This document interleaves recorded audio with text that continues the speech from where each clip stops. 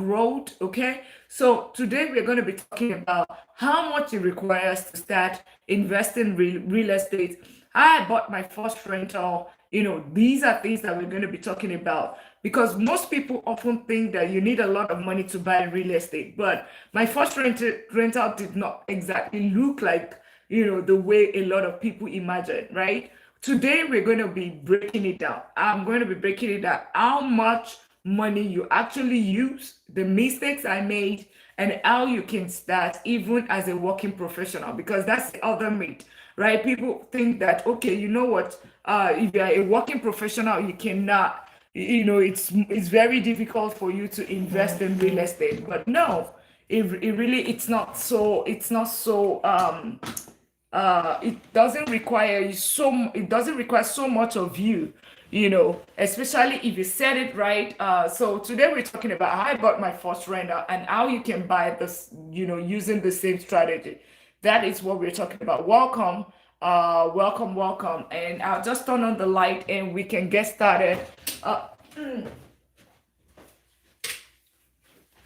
So great. This looks better right now. Awesome. So if your goal is to buy the rental or to own real estate, then you're in the right place. And why should you even own real estate? Either as a professional, as an individual, it helps you to build wealth faster, right? We all understand that when you get your paycheck and you're just using it for depreciating lifestyle liabilities, you're just doing that. What you realize is that you remain on the hamster wheel. You just keep earning, and of course you just pay your bills. You just use your life to fund a lifestyle, right? Because understanding that that paycheck that you got, that you've been working how many hours? We've been working. If you started at 8 a.m. Central Times, or right now, thank you so much for the likes. Right now, you would have worked like 6 hours, right? 8 to 10, 2 plus, and okay, like another 4.5 hours is what you would have worked. And you probably would have gotten paid for that, right? Yes, you've traded your time for money, which is the way to go. However, what actually helps you to build wealth is, it's one thing, it is what you do with that income, right? Because that is what changed the status quo. That changes you from, that's the only thing that can help you end the rat race. That's the only thing that can help you build wealth. That your income, it's what you do with it. Today I will tell you, I want us to talk about one of the key strategies, which I always say that is one of the strongest.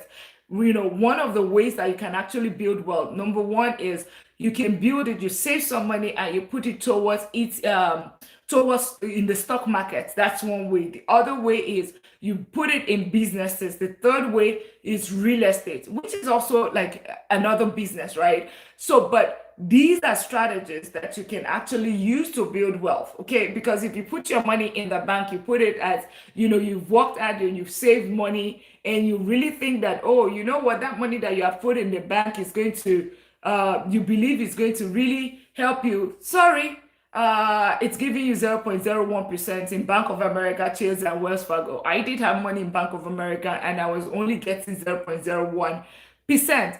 And for this purpose, I mean, I realized that, you know what, just put $10,000, okay, in a whole year of 2026 after working.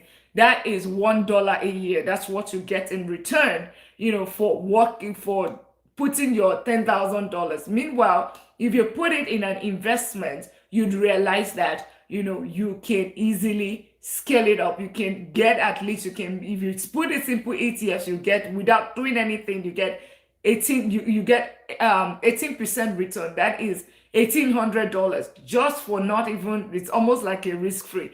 Or you put it in an IE savings account, you get a better return at 3 to 5%, right? So those are like basic things. But today it's about, if you want to, take the next level of investing, which is about real estate. What are the myths? I have been a serial investor. I own and manage double-digit real estate portfolio. Okay, so and that's what gives me the authority to talk about this today. So we'll talk about how much money, because one of the things that people always say is, oh, it takes so much for you to start real estate, it's a lot of money. Yes, it could be. However, there are different strategies that you can use, and it might not be even as big as you think. Some people think that, oh, you need like at least $100,000. You need this. It's impossible.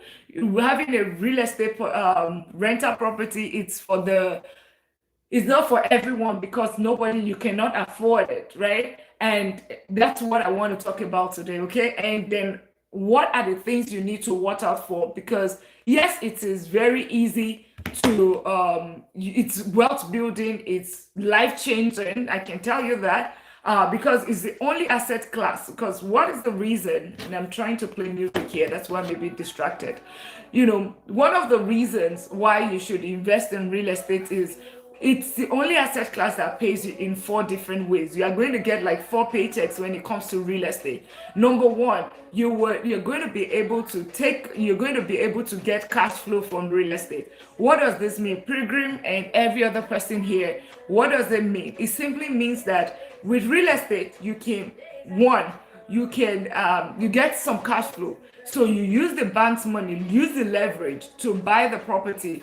You use the tenant's money to pay for it. Okay, the difference between what the tenant gives you and what the landlord, what you are paying the bank. Let's say the rent is 2,000, the tenant pays you 1,500. The difference is cash flow. That $500, that is constant money for you, extra money for you. That is a paycheck for you in itself. All right. Thank you all for sharing the live. Thank you for all of the likes. And if you're wondering, I have two communities together. So I have the YouTube and I have the TikTok. So if you haven't followed, if you haven't subscribed, consider doing that. All right. So that's one way. The second way that you get paid is where something called equity. So every single time that you pay down your loan, your mortgage, right? Every single time you realize that your loan goes down, right? It means that you are increasing your ownership in that property, but and also reducing your, what your loan is. You are reducing what your loan is. So that's what it helps you to do. So that's the second thing. And this is real cash, because guess what? What happens is you realize that realize that you can easily take out cash from this property anytime. You can do a cash out refinance, you can do home equity line of credit, you can do all of that just so you can get your money out of a particular property, if that's so your desire, or you need it to go buy another property, or you need to fund certain things. That is how you can invest in. That's the second way. Equity is the second way. The third way is appreciation. Real estate is the only asset class that pays you, it doubles its value every 10 years. That's like it's doubling your money every 10 years. Okay. So it is the, cash flow, equity. Now your property, you can easily take out 100% of your money by 10 years. Of course, that's if you buy it right, in the right location, in the right place, then you are able to build wealth that way. Then the fourth way, is the fourth way is the third is appreciation. The fourth is tax deduction. So if you are a W-2 earner, you probably you started thinking of your taxes right now. So the fact that you own real estate, there are some tax benefit that comes with it. So for instance, depreciation on the property, even though in reality property appreciates, right? But in the books, it depreciates. So you can actually claim depreciation again to reduce your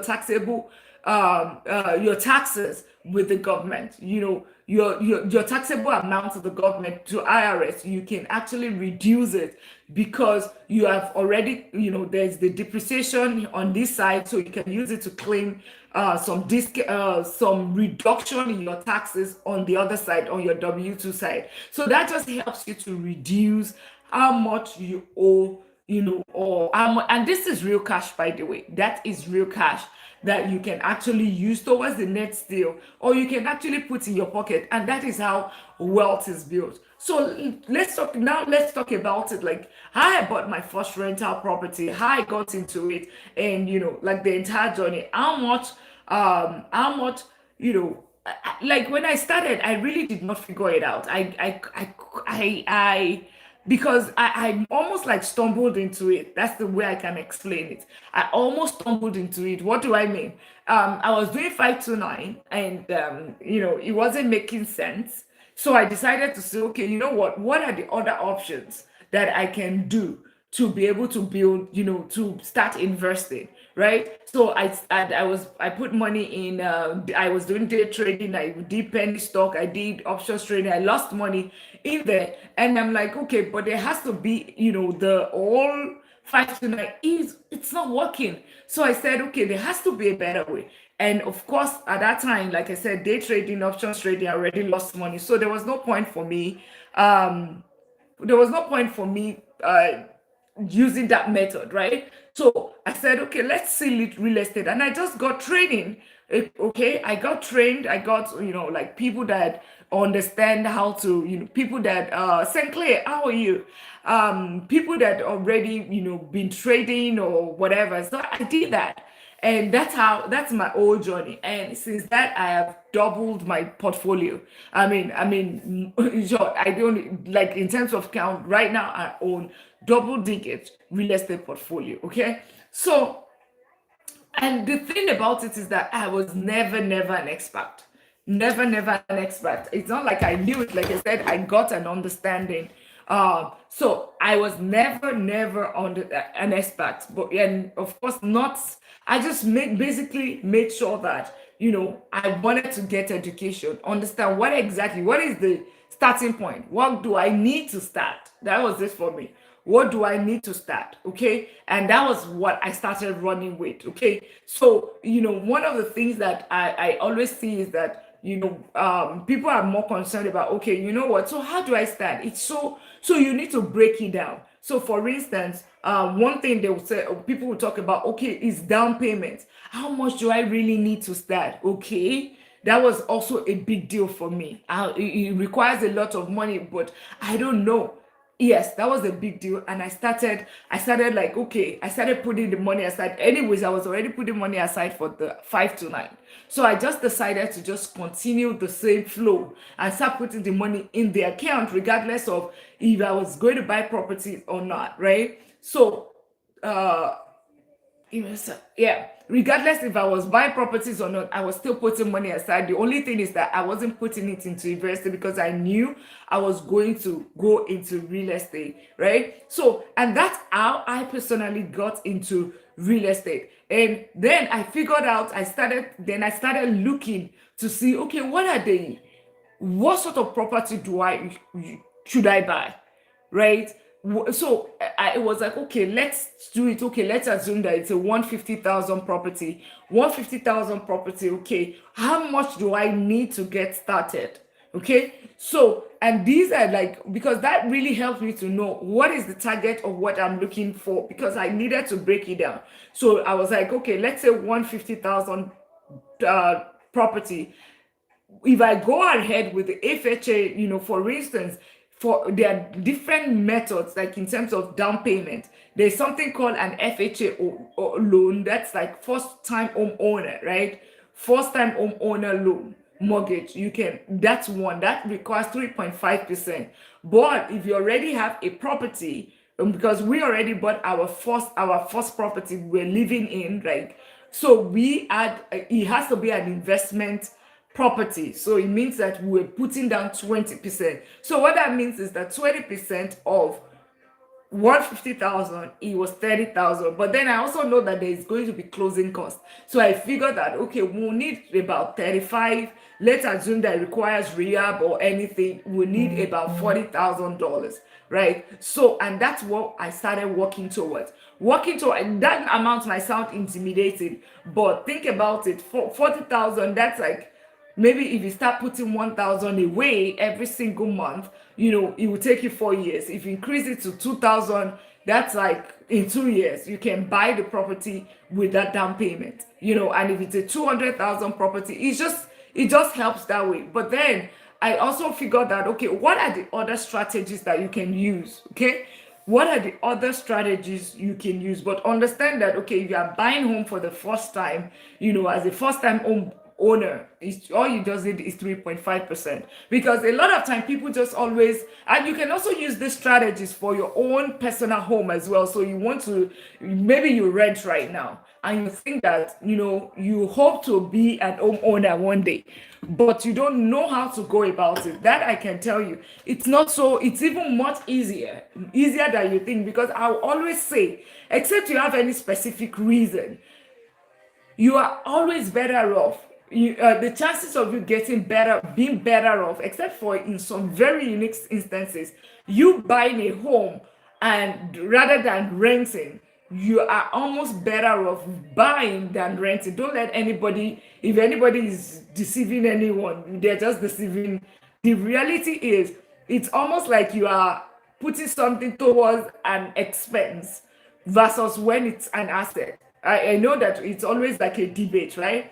Because when you put your money, if you are using it to, you're just paying rent, you're just giving, trust me, you're giving it towards, it's not like you're using, let's assume you want to buy this item. You're saying that, you know what, every month I'm going to be paying towards it, towards this. At the end of the day, it becomes yours. But think about it. If you are just saying that, okay, you know what, I'm renting this car, I'm renting this thing you're paying for the rent of this thing, it can never be yours.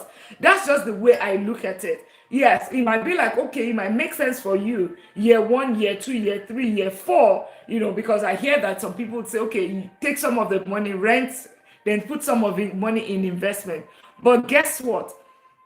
After like year 7, year 10, you realize that the person that owns a property is always going to be better, right? That person is going to, because guess what? The person is going to have, the property is going to double its value. So it means that the property is doubling its value, even if you put it in stock markets, of which you can't put everything, because if you're paying something on rent, is the extra that you can actually put, is the extra that you can say that you put in towards investing, right?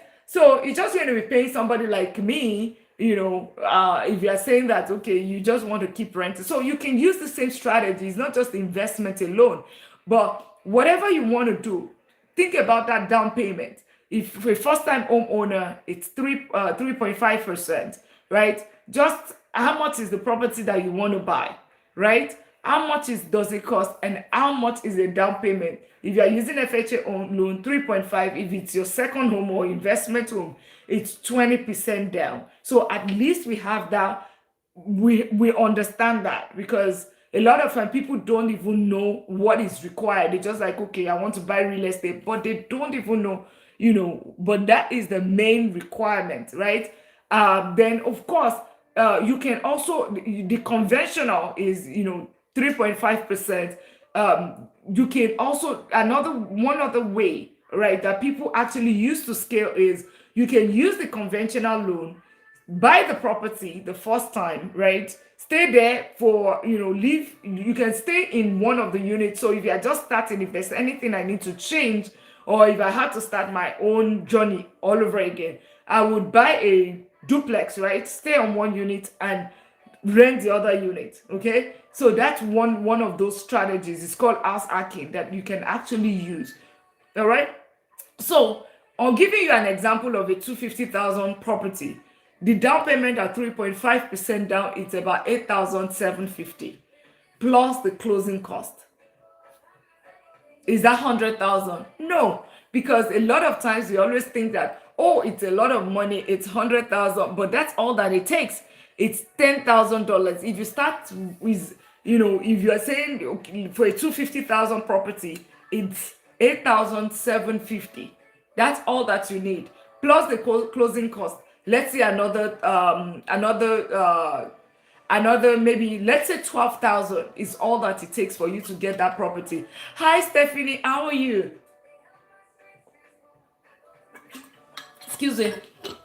Yeah, that's all that it needs. That's all that you need to start.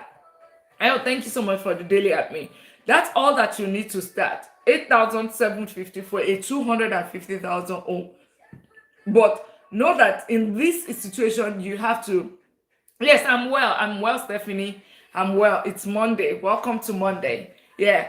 And thank you all for tapping out the live. Thank you for all the likes. Thank you for follow and subscribing on the YouTube side. Awesome. So having said that, that's, I mean, is there like, that's more like a light bulb to some people, because everything that people always say is that, oh, you need, it's a lot of money, it requires, trust me, it's 10,000, $12,000. You're a first time home buyer. That's all that you need. If you start saving $1,000 every single month, right? You realize that in 1 year, by this time next year, you can already start, you can buy your first property, right? For depending on the price range where you want to play, even if it's not even 200,000, that is even going to be cheaper, right? Whatever you need to bring down, it's going to, you told me to remind you about our discussion. Yes, yes, yes, yes, yes, yes. I would send an email. I'll send a message. Yeah, just to, what was the question again? You said if they have somebody in Indianapolis, right? That's what you said. If they in Indianapolis, yeah, right. Stephanie, please confirm. Thank you for the follow, Princess. Okay, yeah, I'll send the message before then I'll confirm to you. Awesome. So, but thank you so much for reminding me of that. So that's what it takes, and I'll tell you this just so there's a friend of mine that was like, oh, you know what, before I turn 40, all my siblings, they're buying properties. They've all everybody, my all my siblings already, and I'm the oldest. All my siblings, they already bought property. I'm the only one that is left, and I'm turning 40, and I pray to God that I wish I can buy a property, but it's not possible. And I said, okay, what's the problem? Don't you have an income? She said she does have an income. So can you, how much property? Do you even know what property you want to buy? She said she doesn't know. I said, because the first step is you identify, where do you want to play? How much? Like, have you gone into, open house? There are Saturdays that you are driving around, you see this thing, open house.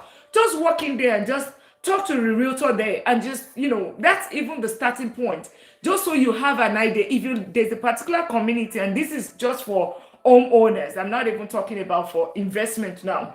I'm talking about people that want to, first time homeowners, you never own a house and you want to buy your first home, right? And you think that it's not possible. I'm just saying that it's as easy. It's one of the easiest, especially for first time homeowner. That one is almost like the easiest one you can actually get. Easy. So just to tell you the life story. And I said, do you know the community that you want to stay? She said, yes, I kind of have an idea. I said, what's the price range? She said she doesn't know. I said, so go there. I said, so what are the things that are making you want to stay in that community? She said, okay, because of the school. So whenever you want to buy, especially homeowners, the home that you want to stay, think about it like the school is one of the things that you need to consider, right? Even when you want to buy property for investment, think about the school, because it's going to help your rental, right? Is whenever you are renting, because if you are focusing on a particular class, right? Maybe like you are focusing on the working class, like the professionals. Most professionals want to live in a neighborhood where the kids can go to, between schools that are not great, not less than six, in terms of rating, or seven in terms of rating. So that would help you. The property value is going to go faster in those neighborhoods. The other thing is that those properties will rent quicker, right? And most of the time, it's a little bit more, maybe more expensive, right? So for instance, for somebody like me, for like in Texas, okay, if your home is in a KDISD, you can be sure that, because it's almost like almost the best school district. It has a rating in the US. Okay, so those are things that you need to, as a first-time homeowner. This is all actually on the side, right? This is not even from investing perspective, even though it also helps. But and this is exactly what I said. Go to the neighborhood that you want to buy, right? And that's, go to the neighborhood, because when we wanted to buy our first home that we were going to live, not investment now, that's what we did.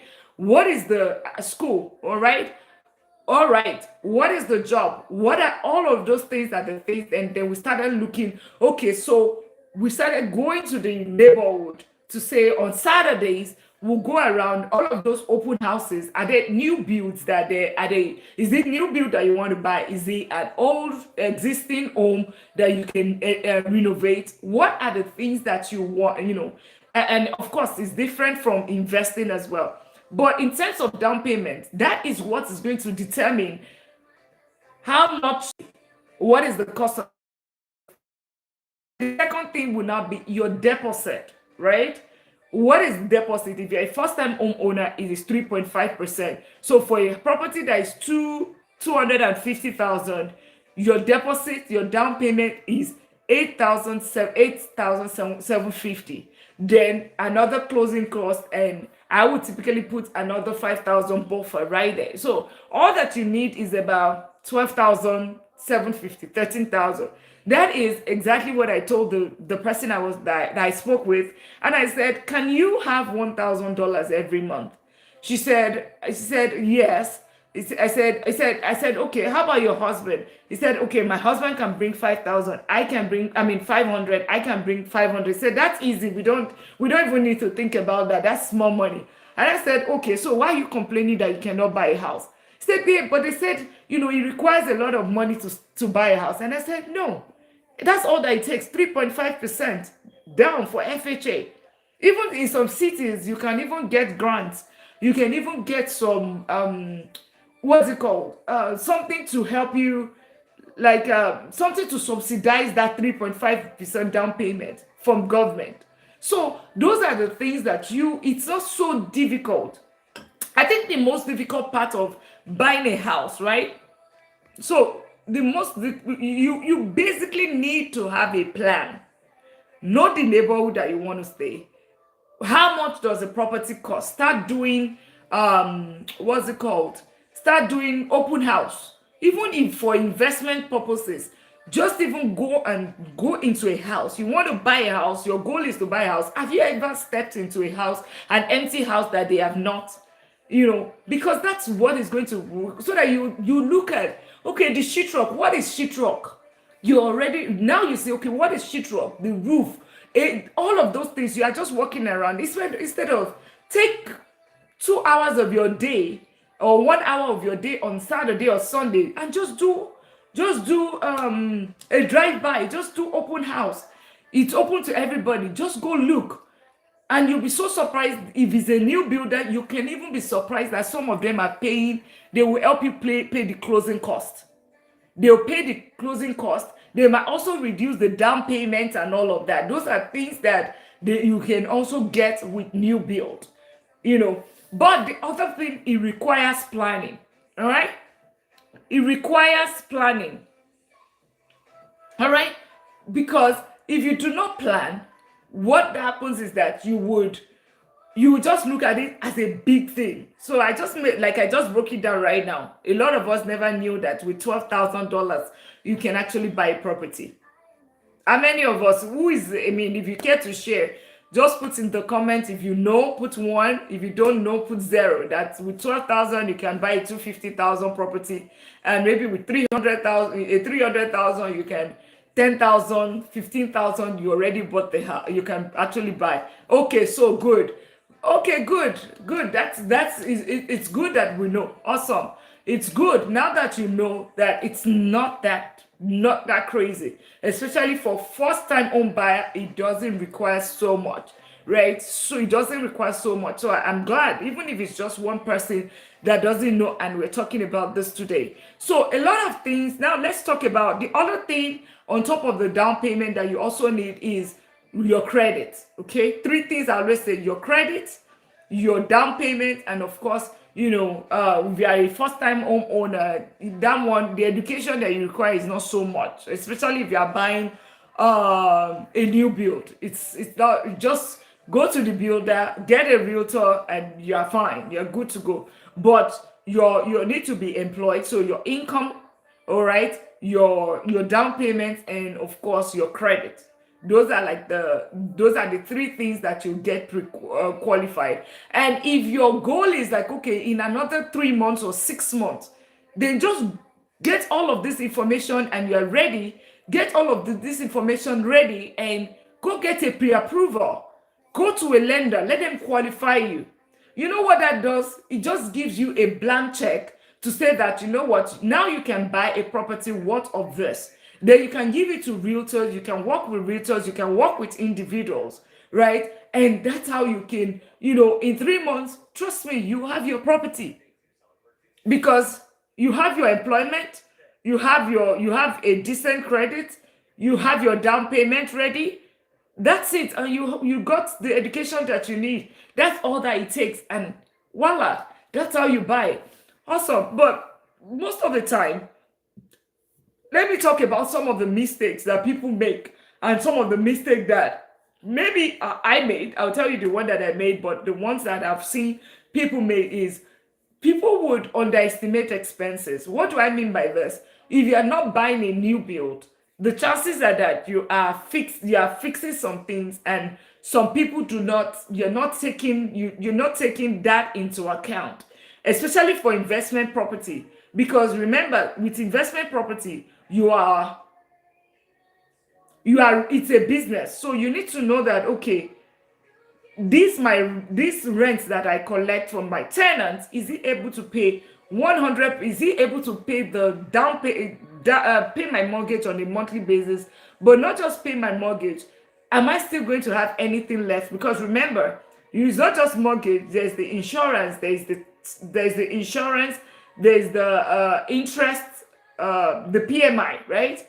Property mortgage, insurance, interest. Then there's also the HOA. If you are living in an HOA community, right, that's also there. Then you also need to take it into account of repairs. So when people underestimate expenses, and then there's something called, there could be carrying costs. Carrying cost simply means between the period where, okay, let's say you bought it, you need to fix the property, and then before you get the tenant, before it gets to the tenant stage, right, when you start getting rent, all of those expenses, because you have utilities on, the fact that it's also vacant, all of that are carrying cost before you start earning on that property. This is now specific for investment account, right? Investment property. So that's one of the problem. A lot of people, some people just underestimate the expenses, and then people do not put money aside for maintenance, such that if something happens, they are unable to take care of it, right? Number two is not screening tenant properly. And this happened to me. I had an eviction last year. This is just because of this reason, because I allowed empathy take over my normal self, override my process, right? Because the lady was expecting, and she said she got duped, and that was the reason why although she paid for a whole year, and when it was time to renew was when we had the eviction, I was able to use the security deposit to cover some things. But let's say I lost like a 1 month of rent, but that's not bad for a house that I've had for, it's been paid for, I mean, rent has been paid for maybe like 2 years, because we bought in 2023 or something. So for a 1 month loss is not bad at all. So not screening the tenant properly. So your friend wants to rent your house, or your friend says, oh, you know what, I know this person, and then you gave the person a house because of that. It doesn't work that way. You definitely go into that's one of the biggest mistakes that anybody can make. Or when you do it, you do not have an agreement, right? You do not have an agreement. You don't have your lease. It's just word of mouth and all of that. You don't put structure. That is one of the big problems. So you'd have heard people say, they would say that, oh, real estate, it's hard, it's difficult. Yes, there's nothing that is not hard. Like your 9 to 5 right now, it's tough, right? If it's that easy, everybody would be doing it. But if you put certain structure in place, you realize that yes, you're going to win. You're going to excel in whatever thing that you do. Okay, so screening them properly, having your lease agreements, or not having your lease agreements in place, those are the common mistakes. The other thing is not having enough reserve, and I think I already mentioned that earlier. Then learning property management the hard way. So I always say, there's a reason why I say I own and manage double digit real estate portfolio. That's because I manage it. Like next week, the whole of Saturday next week and the coming Saturday, I'm doing inspection, right? I'm going from one to the other, like doing inspection, including checking, did you change the event, what's it called, the filters, all of that. How are you taking care of the house and all of that? Remember, your property is even way more expensive than any rent that anybody is going to pay you, way more, right? So having said that, try to manage your property. And this is like, I do this once in 6 months, depending on if the tenant has been there for like 2 years. Once in 6 months, but if the tenant is there for 1 year, is new, I do 3 months. It doesn't take so much of time. It's just a 5 minutes or more visit, and just to take a look at them. And trust me, this is very important. The reason why it's important is you are going to save yourself a lot of headache, right? Because when the tenant knows that you are coming, you realize that you are going to they're going to take care of your house better. And once maintenance is done properly, you are going to be good with that. So let's do a quick breakdown, and I'm just looking at my notes just so we can have structure. So think about a rent. I always say that the 1% rule, that's my basis, right? 1% rule is my basis. Excuse me. 1% rule is my basis, right? Or that's what is used generally. So let's assume that you bought a property, $300,000. You put the down payment is you put it 20% down, right? Because it's an investment property. That is 150, or let's say 200,000. That is a 2,000. You're going to put 40,000, 40 to 45 to 50,000 down, right? Now the rent, ideally it should have followed the 1% rule. That's $2,000. 1% rule. That's so if I have to take a napkin right now, I call it what's it called? Analyze a deal, right? If you have to analyze it, I want to buy a property right now. Okay, it's for investment. The first thing that I want to look at is, right, they call me because I'm buying from the wholesaler, and I see it. I say, okay, this deal, is this a good house to buy for investing? The first thing I want to check is, what is the rental comps, right? I can check it on Rentometer. What is either on Rentometer or Zillow? I'll check it. I'm like, okay, so the rent in this area is $2,000, between 1,900 and 2,100, right? Rental comps simply mean comparable rental, the comparable rent, right? What the other properties around the neighborhood, what does it rent for? That's rental comps. So let's assume that, okay, it says 1,900 to 2,100. So I already see, okay, this property should be within the range of 190,000 to 220,000, not more than that, following the 1% rule.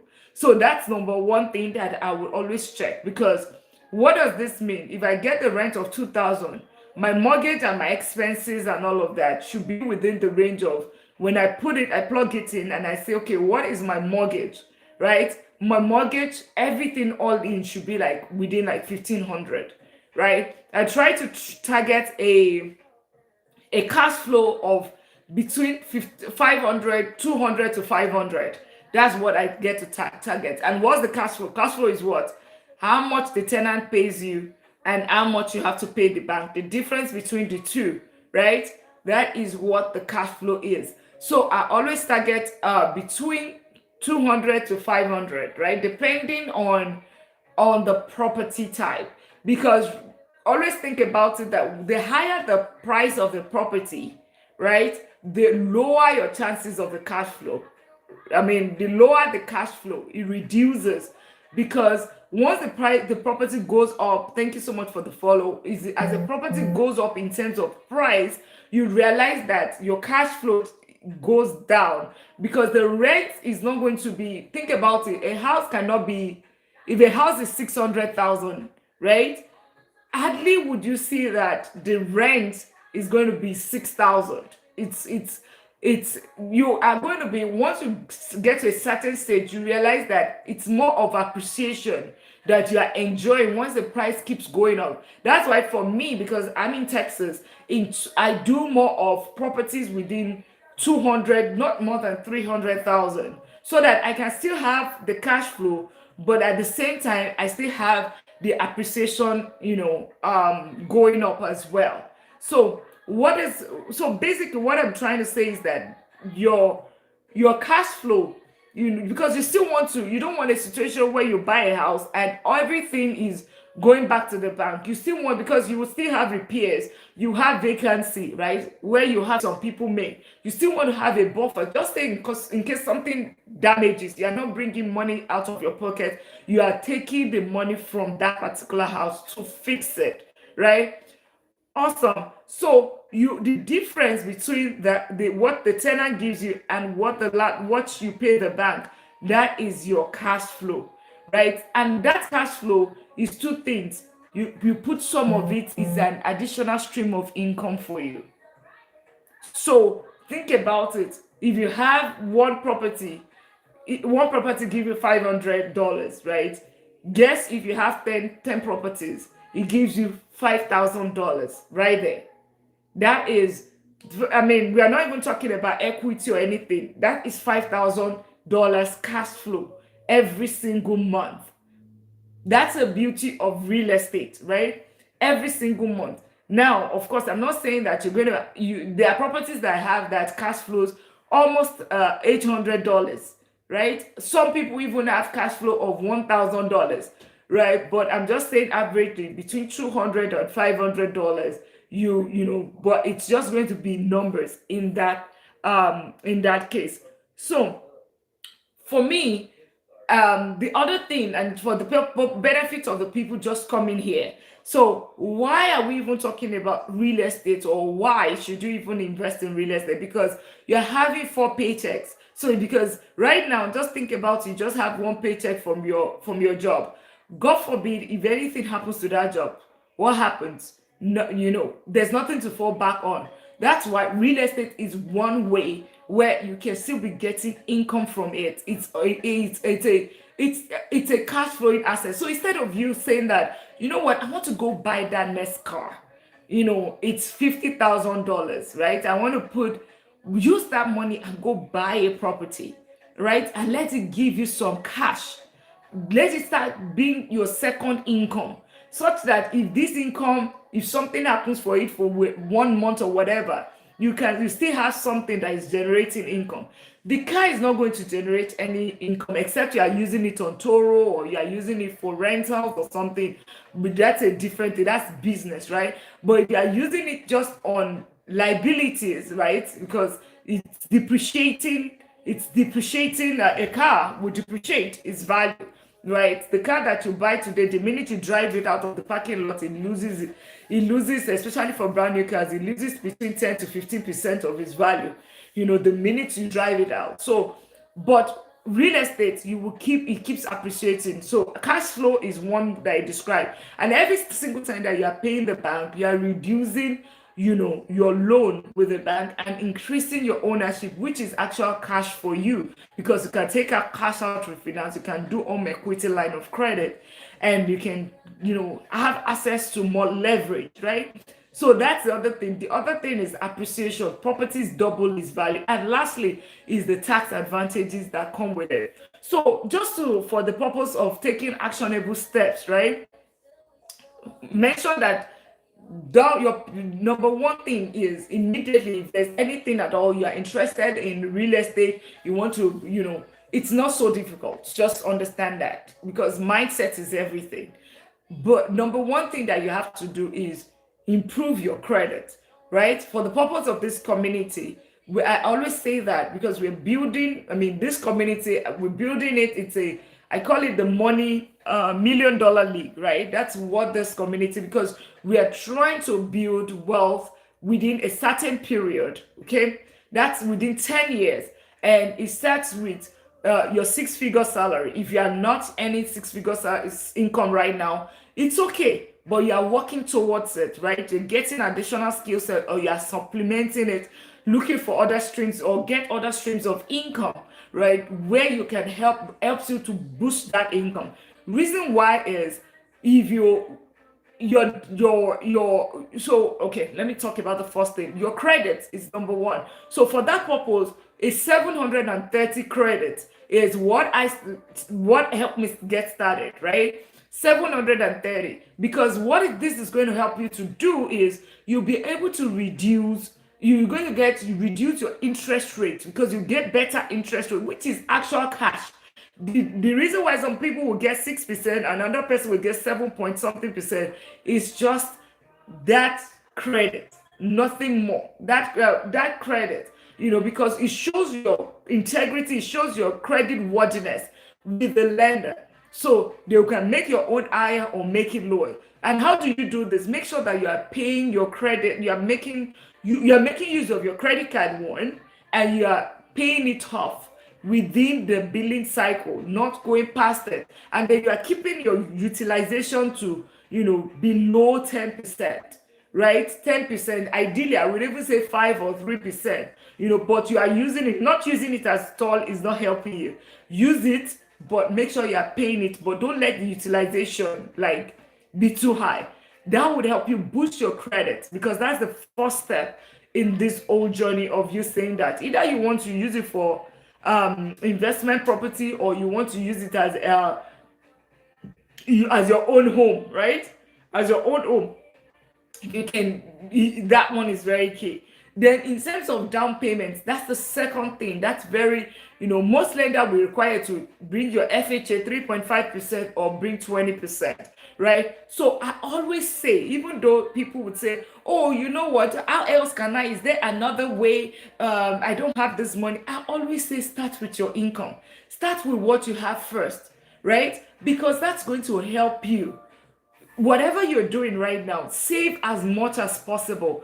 Look at, okay, I was trying to describe $27.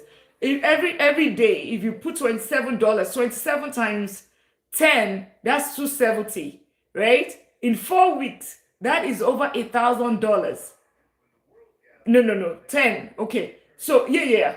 270 times 3, that's almost $1,000 every month.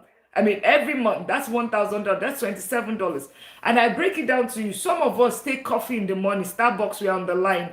That's $5. If you get sandwich with it, that's another $4-5. That's like $10. Then some of us, we are also getting lunch at work every day, right? That's another how much? $15, $17 with tax. That is $27. That's $27. That's $1,000. $1,000 times 12, that's $12,000. $12,000. How much did I say if you want to do FHA? FHA loan. I said 3.5%, and I said on a $250,000 property, that was $8,750 plus closing cost. How much was it? $12,000. So you might just be the person that is holding you. You are the one holding yourself from your first property. You are just really holding yourself. Is either you choose between that your coffee and staying in line and that lunch, and just say that, you know what, I'm going to deny myself from now to January next year, we're March, to February next year, and by that time I already have the $12,000 that I need, just not taking this coffee, and I can hold my key by March 2027. Or you can just say that, you know what, I keep doing the same thing. So the reason why, I mean, there are other strategy like add money lender, or, add money lender or private money lender. Yes, there are all that. But guess what? Those interests are so crazy. They are like 12%, 13%. Even me, if I have to use a private money lender or whoever, for investing standpoint, I can't do 30 days. Thank you so much for the daily at me, Amanda. I can't do 30 days. I never, because and ideally, I would say that if you can even get the entire cash. Hey, hi, Ebony. Hello, how are you? Thank you so much for the likes. Amanda, oh yeah, Amanda, how are you? It's so good to see you. Thank you so much for stopping by today. So what I'm saying is that instead of I always say if you can, the things that are in your hands already, use that first before you start looking. Thank you so much for the follow. Use that first before you can start even thinking of any other thing.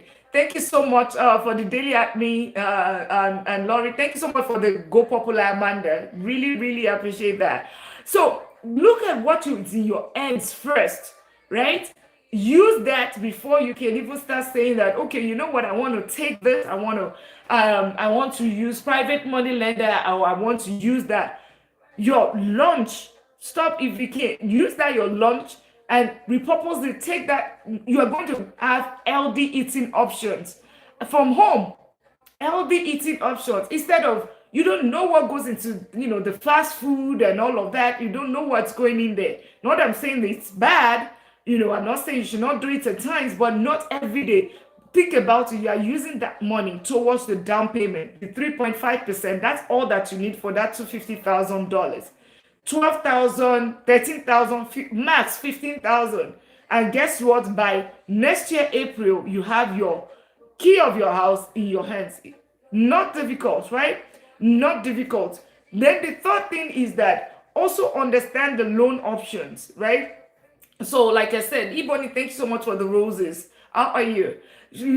Like I said, so first of all, you see that I did talk about, I mentioned about private money lender, ad money lender. These are organizations, and there's the conventional. Now, the conventional is the traditional mortgage company that will do FHA, okay, first time home owner.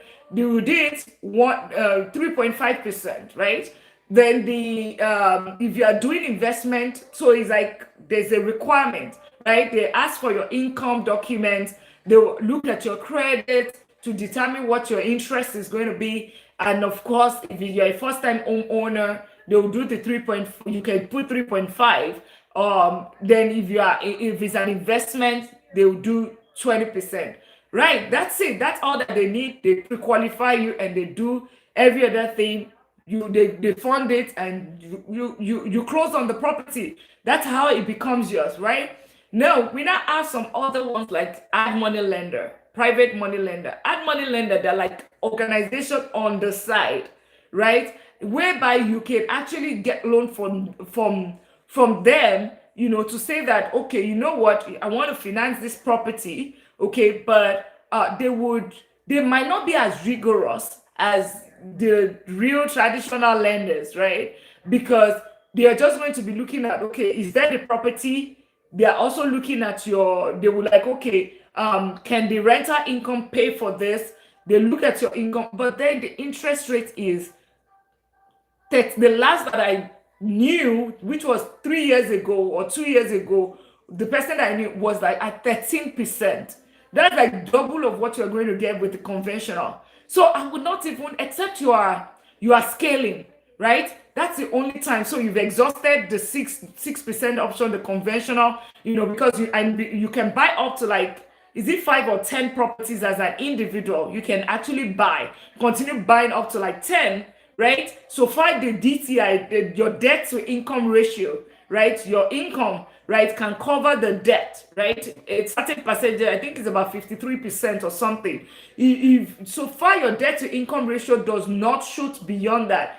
And most of the time, I think it's when it gets to like 10 or something, or depending on the price of the property and your income and all of that, before it gets there. So that is, you are able to keep buying this property as an individual or whatever up until using your name and all of that. And if you're a couple, what that means is that you both can buy, I think, 20, because that's the other strategy too. I tell people, if you can, what do you think about fractional rental property? What does that mean? What's fractional? Are you talking about syndication, where people bring money together, and you are buying?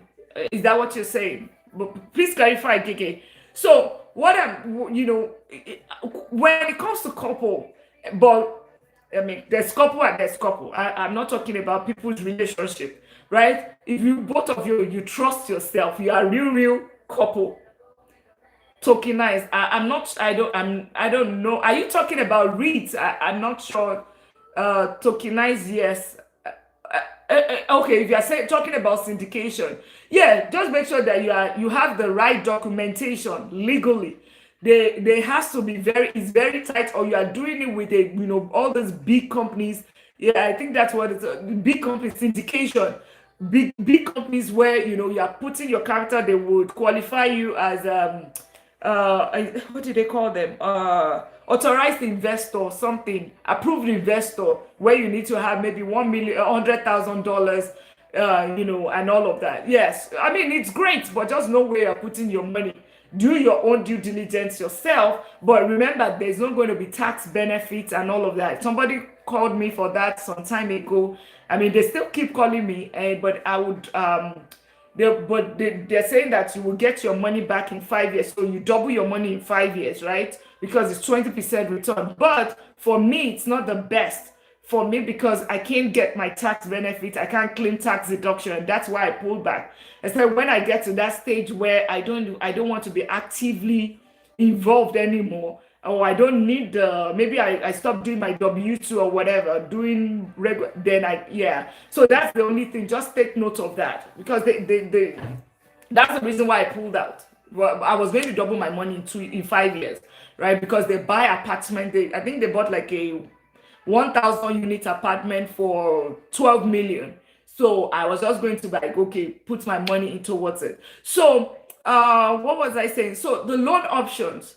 I hope that answers your question, Gege. So the loan options. So I would not say, even if you have to use private money lender, or the private, or add money lender, right? The private money lender, the difference between them is, like they are individuals versus this is an organization. So to me, it's almost like potato, like, because all of them, the interest, they will never tell you the interest is just way higher.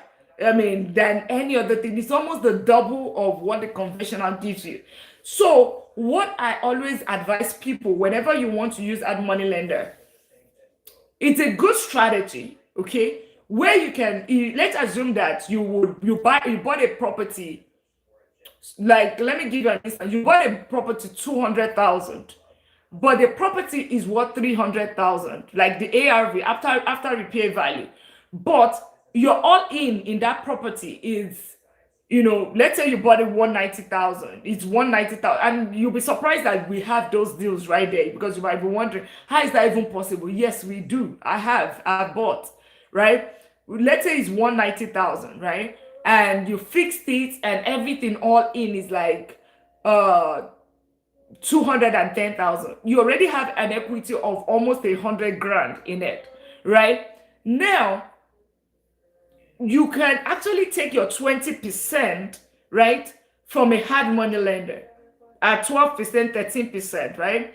You take that money from hard money lender, let's do 200,000, right? They would also finance repairs and everything, because they are also going to be checking the ARV. They are seeing that the ARV, the numbers checks out. It's like, they're almost financing the deal, right? They would say that, okay, you are going to bring 8,000 or something, or 9,000, or a little amount is what you're not going to be bringing 50,000. They will finance the entire 50,000 for that month. But the interest, like I said, is high. Now, if you fix that property, right, because most of the time, I don't think you need to check with them. There is no early payment penalty. So if you pay it off immediately, then that would work. So what people would do would be, the ad money lender would pay for it. Remember, now you have fixed the house. It's now worth 300,000. Then you now go back to the bank, which is conventional. They will now come and do the appraisal. When they do the appraisal, they appraise it for 300,000, right? Now, what's going to happen? You can now say, okay, you know what? Out of this 300,000, I want to do a cash out. I want to refinance this property with you, but it's going to be cash out, almost like a cash out refinance, right? So they will finance. They'll say, okay, we're financing 80%, because they will not finance 100, right? You're supposed to bring 20%. Remember, 20% of 300,000 is what? because now the ARV is 300, right? 300. So there is now what's that? 30,000, 60,000, right? 60,000. Remember, you got money from ad money lender. Now you can take the 60,000, the money that you had got from the ad money lender that you used for the initial one at 13% or whatever. You take that money and you are going to be paying back the ad money lender. That's where people would say, other people's money. I don't have any money in the deal. Where people would say, I don't have any money in the deal, they would say these are strategies that you can actually use to say that you can use to scale in real estate, but you don't need to, your money might not be there technically. However, the thing about this is that, thank you all for the likes. Thank you, Amanda, for the likes, and every other person here. Thank you so much. The thing here, however, is that how do you find that deal? So you have to really like get a good deal.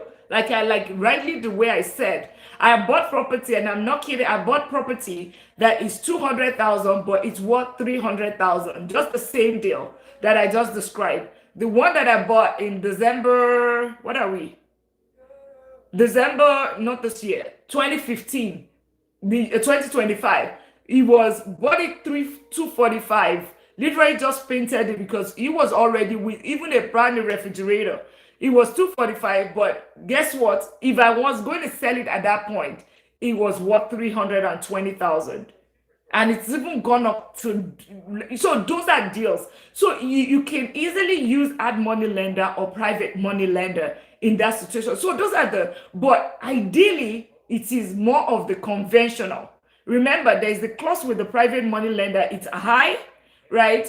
Or ad money lender, it's pretty high, and at the same time, the chances that you finding that deal, it's more of you working towards getting the deal itself. Once you find the deals, absolutely, by all means, just grab it. And if you don't even have you don't have a down payment, you are still going to win. When you have such deals, okay? Because with the ad money lender, you would use the money, you pay them back within 30 to 45 days. So that interest is just that high interest, you're paying it for 2 months, and that's it. So that's the highest I would tell anybody to use ad money lender. Anything above that, you're going to really feel it, right? You're going to be losing so much in the deal. So the other thing is, right now, another thing that you need to do is start analyzing deals. How do you analyze deals? So first of all, what are the kind of properties? Think about it. $200,000 property. What are the price range? Go on Zillow. Just search at night, when you are watching TV, or when you get back from work and you're resting. Just go and check and just say, oh, you know what are the properties that is available in Maryland for sale, or in what's it called, any city in Indianapolis or Minneapolis or Minnesota or Illinois. What are the ones available? And the city, the places where you want to. You don't want. I always say, do not do the D neighborhood. Okay, I hope we all know that there is a rating in terms of property. There's the A neighborhood, which is like the premium of the premium. There's the B neighborhood. There's the C neighborhood, which is the middle class, the white collar, the blue collar, right? B, white, C, middle, and there's the AB, there's the BC, there's the CD, and there's the D. The D is like the ghetto. Crime rate is very high. Most of the time, no HOA, all of those kind of things. The school district is always like the worst, like the one. So because that's part of the way that they have classed it, the crime is going to be high. So you want to avoid that D, because that's going to impact your appreciation. The properties in that neighborhood, yes, the cash flow might be absolutely fantastic, because I can tell you the cash flow will be good, right? But in terms of appreciation, you see that doubling in 10 years, that one might take you 20 years. It might even be reducing in value, because the neighborhood can be, it's going downward spiral, and you want to avoid investing there, except that you just want your cash flow, do cash flow for 5 years, sell it, and move on to the next thing. that might be another strategy. Or you want to do it for a certain business, so maybe you want to use it for a rehab, because also understanding that there are also some businesses like that. People use real estate for group homes. People use it for, anyway, everybody understands that. So analyze the deal. One thing that you want to do is 1% rule. Okay, 1% rule is the first thing. So how much does comparable properties that you have now looked at, how much does it cost?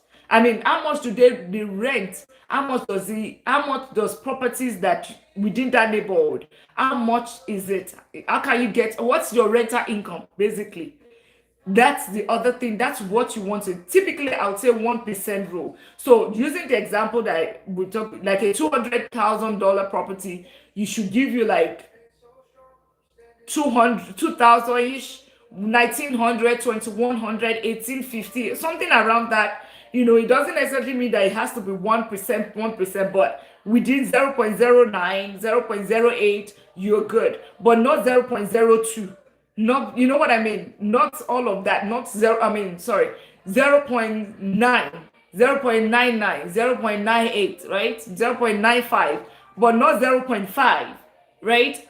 Your chances, if you do 1%, your chances of winning, of your rent covering your mortgage, your PMI, mortgage, insurance, property taxes, your escrow in general, right? Your escrow in general, right? So your chances of it covering, of your rental income covering it is very, very high. And then you still have a little bit of cash flow. That is why that 1% rule exists. So if I have to analyze a deal right now, that's it. I look at go on Zillow, all right? Check on rental Zillow. There's the rental Zillow, there's the Zillow, right? Then go on Rentometer. Rentometer is another app. It's free. I think you can do your check up to 2 or 3, right? Rentometer.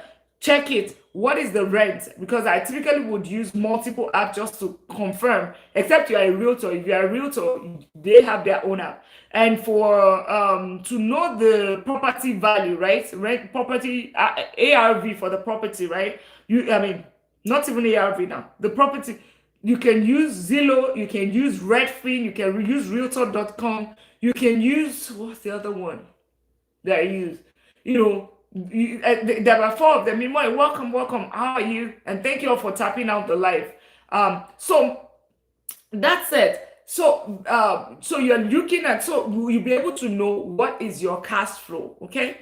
What's your cash flow? What is your rent? What is days of market? That's the other thing that I look at. So for the properties that have been in the market, either for sale or for rent within the neighborhood, right? How many days does it take to sell? Because remember, except you are like me that never sell. If your exit strategy is to sell in 10 years or in 15 years, you also want to have an idea. How long does it take for this property to sell, right? Then for rent, how many days does it take? How many days are this property listed on the market for it to get rented?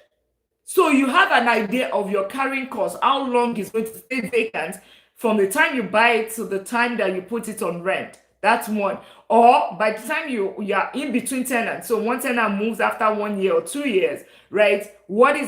How long is it going to take you to get it? So you can have an idea, and because if it's waiting 6 months, if you are looking at other properties, your neighbor is taking there 6 months to rent the house, even if it's a good deal, you might want to rethink. Because you want to stay in the market for 6 months. Are you able to have that carrying cost for 6 months? So those are like the kind of things. And then the other thing is I have to like also go there in person to look at the property.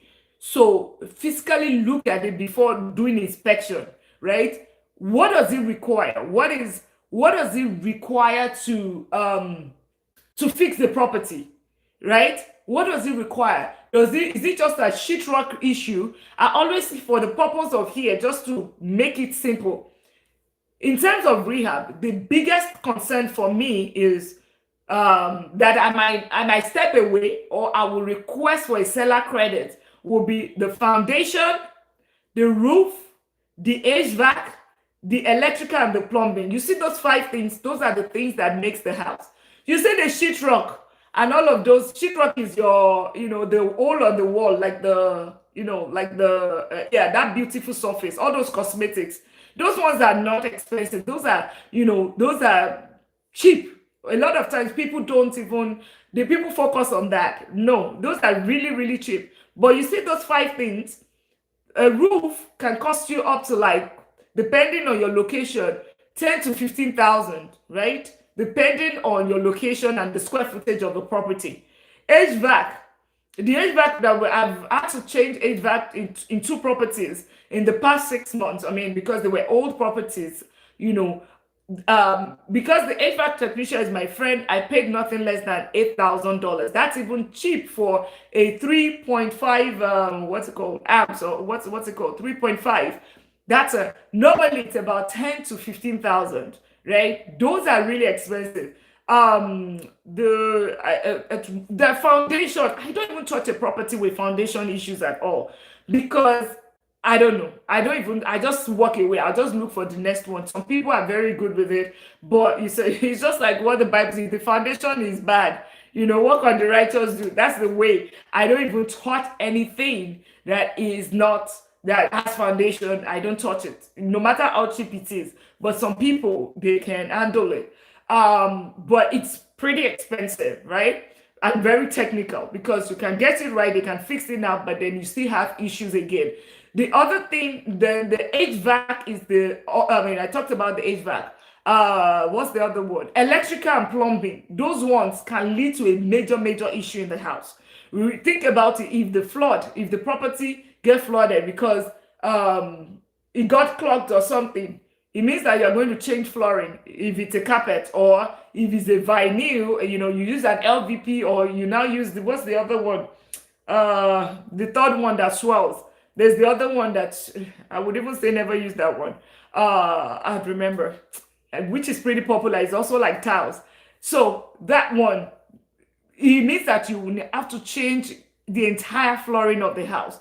Plus, the tenants cannot live there. You have to look for where they're going to stay. Of course, maybe there's insurance and all of that. So those are the things. And of course, electrical, that is safety. It's fire. You can entirely lose your entire property, your entire asset, if there's fire. So those five things are the things that I always, always, always look at, because they are pretty expensive. And whenever you are doing either an inspection or you're buying a property, these are things that most of the time you can actually negotiate seller credit for it. That, okay, you know what, these things are expensive. I need you, okay, this HVAC, they have not changed it in 20 years, right?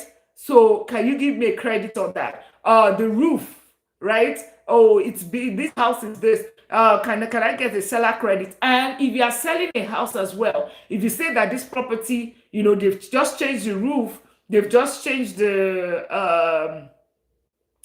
HVAC, it's a very good selling point, for anybody, right? Anybody would say, oh, it would increase the value of the property. Okay, so those are things that you need to also be able to analyze the deal, right? Analyzing the deal. But really, it's just basically use your 1% rule.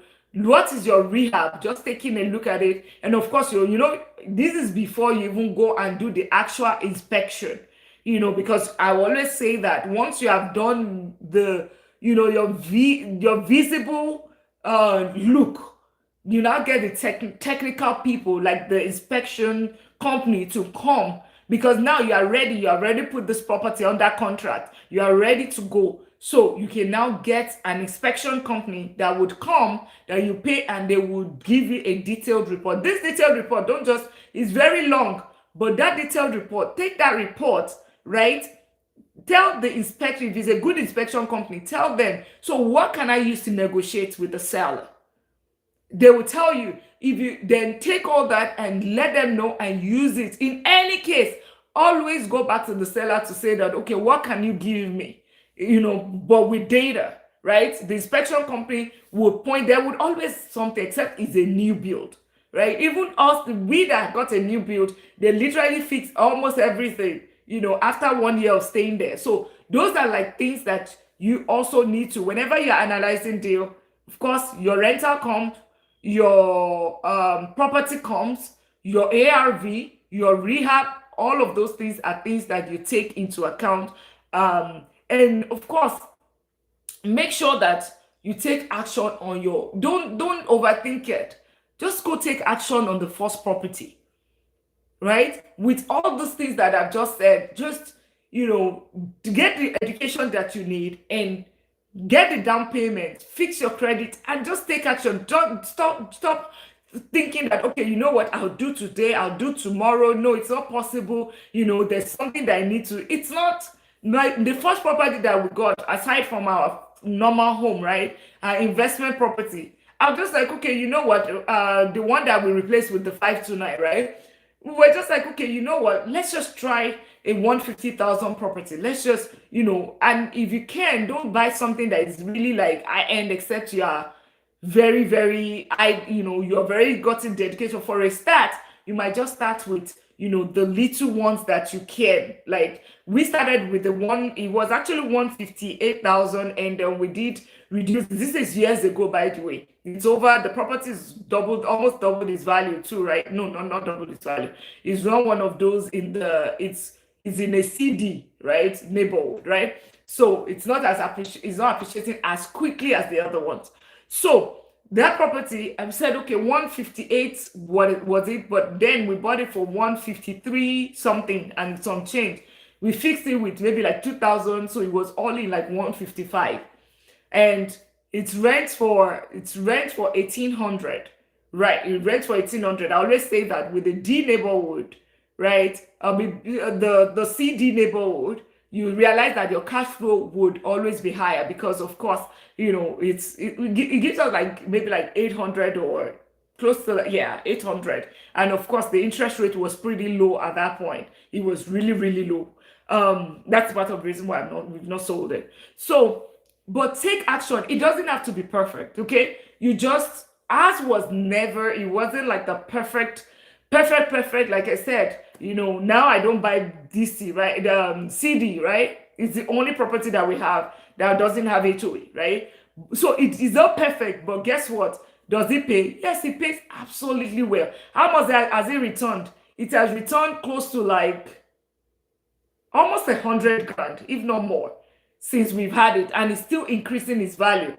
All right. So because what we just made sure was it's made more money than, understanding what city is this. It appears rental income can easily offset the mortgage in that area. Oh yes, absolutely. This is Texas. This is Texas. It's not usually like that, right? So like I said, this is years ago. This is our first real estate property, right? And of course, if you're in a city like in New York, or you're in New Jersey, or you are in some of those cities, it might be difficult for you to have this kind of cash flow and all of that. However, the benefit in those locations is that you probably have basement. You have triplets, quadruplets, which is not popular in some other cities. So what do you do in that case? That means you have multiple tenants. It's even more advantageous. There's one person in this community, she said they have a triplet. They live in, I think, Connecticut or something. They have, is it Connecticut or Rhode Island? One of those eastern states, right? And she said they have a triplex. They stay in one unit and they rent out the other two. The property is it 600, or they bought it 500,000, right? And right now she even cash flows way more. Because she cash flows more than single family home. So if you have the opportunity, especially if you have a smaller family, or you're just starting, that's what if I had to take it the step backwards to when I was younger, we were starting, that's one thing I would have done differently, right? That's one thing. Have a duplex, right? 2 units, stay in one unit, rent the other, right? And then once I rent the other, the tenant is the one almost paying off the mortgage while I save my own money towards the next property. Once I've done that, rent it, go buy another one like that and do it, right? It's called house hacking, but at the same time, that just makes the journey quicker. So every location has its own advantage. And if you're in any of those locations that, okay, it does not even have any, it has zero advantages, right? You know, then you can think of outside of state. Of course, it has its own challenges as well, you know, because you're not right there to manage it. But then there are always ways, right? Just the same way, I'm sure that nobody wants to wake up to go to 9 to 5 this morning. But guess what? You are there, you made it happen. Things could have happened. Kids might have been sick all night, but guess what? You still got up this morning and you made it happen. That's just the same way. If you can do that same thing for your paid income, your paid employer doing it for another person's job, right? That's the same way you should do it. You should be able to do it for yourself whenever you see any challenge. What is the solution? And by the way, if this is, you're just starting, you're a beginner and you feel that, okay, it's intimidating and you're just putting money, do not be intimidated. You can just start with simple ETFs, right? Start putting the money while you are getting the education, more comfortable, learning to analyze deal. Just analyze it. It doesn't mean that you're buying that property. Just analyze it on paper and check, okay, does this make sense? If you do it the first time, try it again. Do it with another property. Does it make sense? Then you will start all the steps that I'm using, 1% rule, ARV, you will start understanding it. By the time you walk into a house and you do your first open house, you will understand, oh, okay, this is what it looks like. Oh, this is what closing costs mean. This is what they mean by closing costs. Oh, in this neighborhood, this is how much it costs. And that's how you do it. And in the process of that, while you don't say because you are still learning and say you are not investing. No. Start putting it towards ETF. Put it in an S&P 500. Open a Vanguard, Schwab's, or Fidelity account. Or, you know, Ameritrade, Robinhood, any of that. Silver, how are you? You know, put it in and start putting your money there. Like, this is now, you remember, your down payment is actually very, very important, right? So you are putting towards down payment, right? You are putting that, and now you have the time to start learning new things, like learning how to start analyzing the deal, okay? Right, so right now, just the goal is that you are ensuring that every dollar works for you. You are making sure that every single dollar, right, is working for you. I had a post right on Instagram that right now is over 1.2 million views. So whenever you think about it, and the post is just basically, you know, this is somebody taking the dollar. This is 10 hours of somebody's life, right? Or 5 hours of somebody that we worked 7 hours. If you're in Central Time, we worked 7 hours today. And guess what? You have traded that time for money, right? Which is fine. However, what is not fine is you just take that money and you just leave it in the bank and somebody is giving you 0.01%. That is the one that is bad. Or you just use all the money to fund lifestyle. Sit down and just, let's assume $200, you earn $20 an hour. You take that entire $200 and in a sitting, you finish it in a bar, or you just use it to buy one shoe and one dress. That is where the problem lies, okay? Because you can actually take that money just the same way I described earlier for your $13,000 that it requires to buy your first time home, okay? Your first home, right? Which is of 250,000, like I said. It takes you how much? It takes you with closing. It takes you 3.75%. 3.75% is what? 8,725, right? That's what your 3.5 is. That's all that you need to buy your 250,000 home. Just do the same calculation. Then you had the closing cost. Let's say closing cost and all of that. Let's say 12,000, 15,000, or whatever. 12,000, that's 1,000 every single month for 1 year. 12,000 is $27 a day. $27 a day. That's what some of us are using for breakfast and lunch at work every single day. You know, you take coffee, and that's it. That is you drinking in, and, you know, just is either you are wearing that your house, that your dream house, or your dream to be a first-time owner, or your investment property. You can be the one. You can be that. You can be the reason why you don't have it. You know, you can be the reason why you do not have it. You can be, it's your dream, but you are still the one holding yourself back. That's why I always say it starts with the mindset. If your mind cannot achieve it, if you cannot perceive it, you cannot achieve it. right? And that's why I broke it down to this level. Shitoba, thank you so much for the follow. If your mind cannot achieve it, perceive it, you cannot achieve it. And that's why when I had that video, it really resonated with a lot of people. 1.2 million, going 1.3 million now, where people, when I say that, okay, this is your life, these dollars is your life. Like these dollars for 7 hours is your life. Just the same way right now, that coffee and your, McDonald's, or which one are you buying, right? That particular lunch that you love so well. I know you will not like me after this. It's okay. But you would love me the day you have your key to your house. You say you met someone that told you this. And if that's the only thing, then I am, that already makes my day. Okay? That already makes my day, because enough of us all just working and working and just like doing the same thing over and over. This is what some our parents did, and we're still doing the same thing, just working 9 to 5 and leaving to pay bills, right? Remember, the bills will always be there. That one, it's not going anywhere. It's always going to be there. But ensure that you are paying yourself first. How do you pay yourself first? Just the same way that you have to pay that house rent, or the same way you have to pay taxes.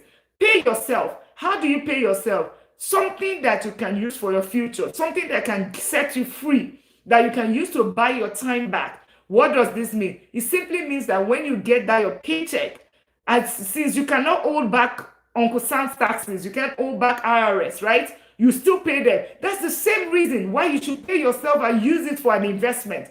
Use it for an ET, put it in ET, anything. Even if it doesn't have to be real estate. Real estate just makes the journey faster, like I said. It just because it worked for me, right? And that's the same way. And a lot of multimillionaires and the billionaires, they put their money there because you are also going to be getting some tax benefit. Just to put it into perspective, if you are earning, let's say you're earning $150,000, or you're any six figure, your tax bracket is in the US is going to be probably, depending if you're head of household or you're, married, you filing single or whatever, all those things, your tax bracket will be between 23 to 30% or even more, right? If you're anything six figures and above. So, but guess what? How can you get some of that 20, let's even say 23%? How can you get it back how can you get some of that money back? Real estate is going to help you. And that's what I was describing to the gentleman that asked the question earlier about syndication or about REITs, right? If you put it in ETFs, the best you can get is, let's assume that you lose all your money in ETFs, God forbid, or the stock market goes down, you lose money, right? You sell it off, right? You lock the loss. The best you can get is, I think, $3,000 every single year. Even if your loss is $30,000, it means that you can only get $3,000 every single year. That's what you can claim back in terms of loss. And I know that some people did not even know that you can claim if you lost stock, but just the same way as capital gain, there's also capital loss, something of that nature. There is also capital loss that you can claim in terms of taxes. But the highest, I think the peak is 3,000, right? I know somebody that lost 50,000 and was doing it for so many years. Very frustrating. But with real estate, the beauty of it is that even if it's just the tax only, which that your W2, what you can do is, remember I talked about PMI, right? Your property, your mortgage, your mortgage, which is property mortgage, insurance, mortgage insurance, okay? Because if you are using 3.5%, right? Now, this is for investment. You can't use your primary address. You can use it for this, for investment property, right? Your insurance, your interest, that's 6% or whatever. The house became vacant, the roof got damaged, all of those kind of things, you can actually file it against your W2. There's the property, even though we know it's appreciating every single year, it's also depreciating in the books. So the property is reducing value. It means that the property is losing its value. That's a loss to you. That loss, you claim it against that 23% that you're supposed to pay back IRS. That's how you reduce your taxable income, right? You reduce, is it taxable income or whatever you're supposed to pay back to IRS, right? That's how you reduce it. And you beat the system. It's not like you're beating the system. That's how the wealthy, that's how they beat the system. So you're wondering, why does Mr. Trump Why is he not paying? Why are you paying more taxes than him? Or why was it paying more taxes than, Mr. Obama, right? That's because of it. There's the Trump tower, there's the this, there's the that. That's the reason. Okay, that is the reason, because this, and it's not violation, it's within the tax code. They're just using what is within the tax code, and that's it. That's it. And this is, and just put in layman terms. You are supposed to pay by April 15th after you have filed your taxes. If you have not, by the way, it's around the corner, right? But if you don't, if you are filing, or you file your taxes and you realize that, okay, you're supposed to pay back maybe like 10,000, and you bought a property last year, you can, all of these expenses, you can use it to, it's not like you should. Ideally, your tax consultant will ask you, do you have property? So what's the insurance? What's this? What's this? What's this? What's this? Right? And then you fill it in, and that reduces how much taxes. As a matter of fact, they can be paying you back. As a matter of fact, they paid me back last year. They did pay me back how much? And I was dancing, they did pay me back 10K, even though it's from here. Like, then it went down here. It's not, I didn't do anything wrong. That is what taxes, that's what real estate can do for you. But but you can do real estate on the REITs, on the stock market side. You will not have headache of tenants. You will not have all of those. Everything has got its benefit. But really, that's just the story. That's just any question, and I'll be doing a training.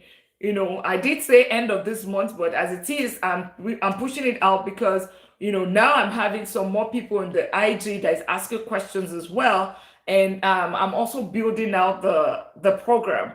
So once I get that done, then we would have that training on real estate. Okay. Any question? And I'll be wrapping up right now. Any question? I hope we were able to learn one or two things on real estate today.